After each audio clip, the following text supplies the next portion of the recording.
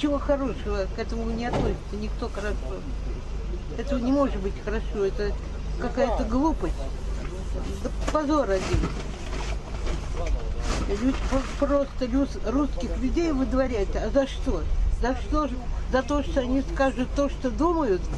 За то, что скажут, что они против глупости, против того, что памятники сносят, памятники Великой Отечественной войны.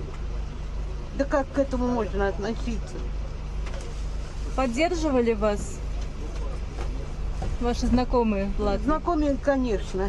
И знакомые, и друзья, и товарищи, и просто русские люди. И не только русские люди.